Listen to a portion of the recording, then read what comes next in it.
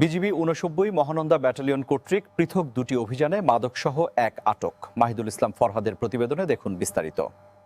চাঁপাইনবাবগঞ্জে Mahananda battalion ৫৯ বিজিবির দুটি পৃথক অভিযানে বিপুল পরিমাণ মাদক উদ্ধার এবং একজন চোরাকারবারি আটক করা হয়েছে। বিজিবির সোনা মসজিদ বিওপির একটি বিশেষ টহল দল গত ৫ নভেম্বর রাত ১টার দিকে শিবগঞ্জ উপজেলার শাহবাজপুর ইউনিয়নের মুসলিমপুর এলাকায় অভিযান পরিচালনা করে।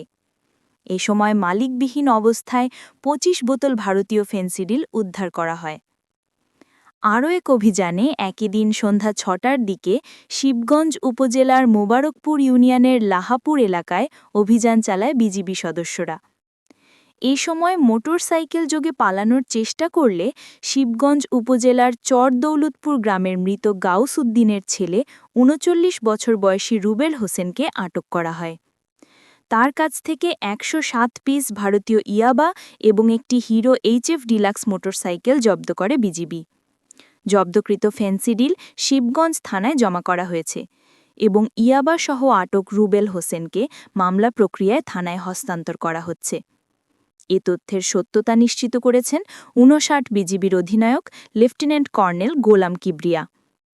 সীমান্তে মাদক চোরাচালান প্রতিরোধী বিজিবির এমন চলমান অভিযান অব্যাহত থাকবে বলে জানিয়েছে কর্তৃপক্ষ।